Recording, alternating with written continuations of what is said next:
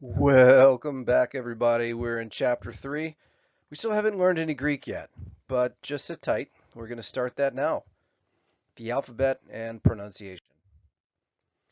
Lots of key terms we'll hit here, most of them having to do with the alphabet itself and other little markings that help with pronunciation.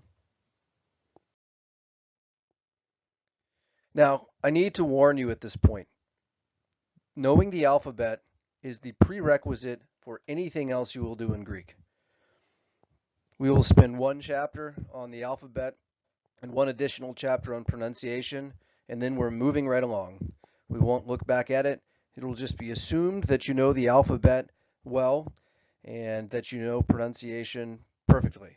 Now, getting the exact diction down won't be important, but being able to recognize the Greek letters and Greek symbols and the sounds that they make instinctively will be absolutely crucial for you to be able to do before you move on past chapters 3 and 4.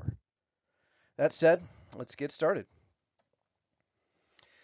Now let's go through the Greek alphabet. I'm going to give you the lowercase letters in the left-hand column and the uppercase letters in the right-hand column. It will be most important for you to learn the lowercase letters. You should also learn the uppercase letters, although those will occur much less commonly. You can also find the alphabet in your book with the names of the letters written beside them. What we're going to do as we go through is just say the names of the letters as they appear. Alpha, beta, gamma, delta, epsilon, zeta, eta, theta, iota, kappa, lambda. Now do repeat after me as I go. Mu, nu, xi, omicron, pi, rho, sigma. Notice there's two kinds of sigma there. We'll come back to that in a moment. Tau, upsilon, phi, chi, psi, and omega. Alpha the first letter, omega the last. Alpha to omega. Now to get this alphabet down in order, there are a number of songs you can use. I've always used the song Holy, Holy, Holy, also the tune of Ode to Joy. Bill Mounts, the author of the textbook, has a song on his website, billmounts.com. There's a much cheesier one from somebody who calls himself the Singing Grammarian that you can find on YouTube. I say cheesy because it's, well, really cheesy. The Singing Grammarian, though, has created these songs for most of the elementary grammar you'll be learning this semester. You'll be able to find all of his songs there on YouTube right together. For your interest, here's another one a sorority girl pointed out to me. This one's just for fun. And a more hip-hoppy one also just for fun there on YouTube. Use what works best for you, as long as the pronunciation that they're giving is the same as the pronunciation I've given here. So how do we know how Greek was pronounced? Well, it's complicated. So on we go to pronunciation. What I'd like to do is give you each Greek letter, and I will repeat the sound that the letter makes, and you repeat after me. B, G, D, E, Z, Eta, A, Th, I or E, K, L, M, N, X, A, P. It's the final countdown.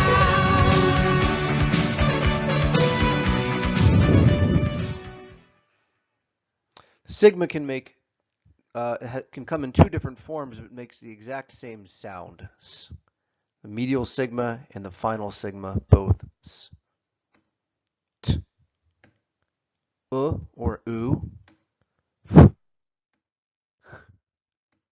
Ps. O.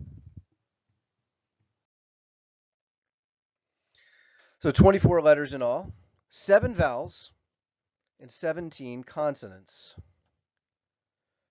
5 of those 17 consonants you probably noticed are what can be called double consonants because they make a sound as if 2 consonants have been combined. Theta like an English TH, Xi like a KS, Phi like a PH, Chi like a CH, and Psi like a PS. You may also have noticed some of those letters look deceptively close to certain English letters. Deceptive because they don't make the sound that they might look like they would make. The eta, that looks like an N, doesn't it? Well, it's not. It's an eta. It makes the A sound. The second one looks like a V, but sounds like n. The third looks like a P, but makes the sound r. The fourth looks like an X, but makes the sound k. And the last looks like a W, but it makes the sound O. As we mentioned, there are 2 kinds of sigmas, the medial sigma and the final sigma. It's the final countdown. That's the point about followed by a velar. What? Let me explain. A velar is a consonant that is pronounced by the tongue on the back of the roof of the mouth. Velar comes from the Latin word canvas or awning. So the soft palate in the back of your throat is like a canvas, and those consonants pronounced there are considered velars. So if you have a gamma followed by any of those, the first gamma, or the gamma at the beginning, will be pronounced like an N, followed by the expected pronunciation of any of those velars. Let's look at the vowels. 5 short vowels, 5 long vowels. Whoa, hold on a second. Looks like we've got 10 vowels. No, we don't. Several of these vowels can be either short or long. Alpha, pronounced as in Dinah. Epsilon, as in pet. Iota, as in pen. Omicron, as in orb. And upsilon, as in put. I, Try it. Now look at the long vowels. Alpha can be long. It will then be pronounced differently. As in father. Then we use eta for the long version of epsilon. A as in they. Iota also can double as short or long. Now it will be pronounced E as in machine. Omega, O as in clover. And the long upsilon, U as in rude. A, E, O, U. Go through the long vowels again. A, E, O, U. Now look at the difference again between the short alpha and the long alpha a, the short iota I and the long iota e, and the short upsilon and the long upsilon u. So again, the short vowels I, and the long A, E, O, U. These are the little things that you can do to practice Greek without having to sit down and have a long study session. As you get up out of your chair in the next few minutes, say it. E, O, U. Those are your 5-second study sessions. There's also something called diphthongs in the Greek language. There are 7 of them. Diphthongs consist of 2 vowels placed side by side that are joined in pronunciation and essentially make one sound. So here we have alpha iota makes the sound I as in aisle. Alpha upsilon is ow as in sauerkraut. Epsilon iota is A as in 8. Epsilon upsilon or eta upsilon is U as in feud. Omicron iota is oi as in oil. Omicron upsilon is U as in soup. And upsilon iota is we as in sweet. Okay, in addition to the 7 proper diphthongs, there are 3 improper diphthongs. The improper diphthongs involve something called a iota subscript. If you notice here, the alpha has something kind of hiding under it. It's actually a very small iota written underneath, hence the name subscript.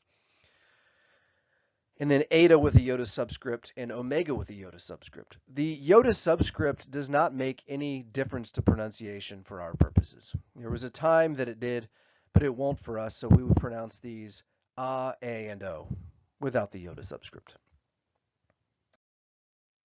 There's several other little marks in Greek called diacritical marks. Two kinds of breathing marks.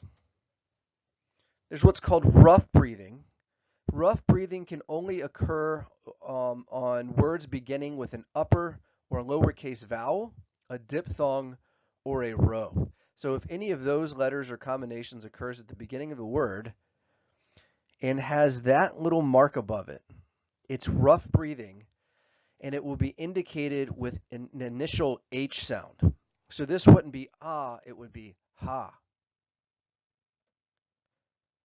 The other is a smooth breathing mark, and this would occur over words beginning with an upper or lowercase vowel or diphthong, but not over a rho. And you have the mark going in the opposite direction now. When you have a smooth breathing mark, no additional sound is necessary. This would just simply be ah. And then there's something called diaeresis. No, it's not what you think. It's used to separate vowels. So for example, we have here Esaias, and you see there the two dots with the little accent mark between them. The two dots over the iota are the diaeresis, and all that indicates is that, well, although you have three vowels in a row, the first two are pronounced separately from each other. So that's not a diphthong. It's not Esaias, it's Esaias. Okay? Now, again, the alphabet, this is all the time we're spending on it. After chapter 3, we're moving along, and everything we do from this point will presuppose that you have absolutely mastered the alphabet and pronunciation, that you can recognize the letters instinctively. Don't put too much pressure on yourself. You may not have it by the end of this lesson, but before you go on beyond chapters 3 and 4, you want to make sure you've absolutely mastered this, can write out the alphabet in order, and pronounce every letter perfectly. Practice, practice, practice. See you guys again soon.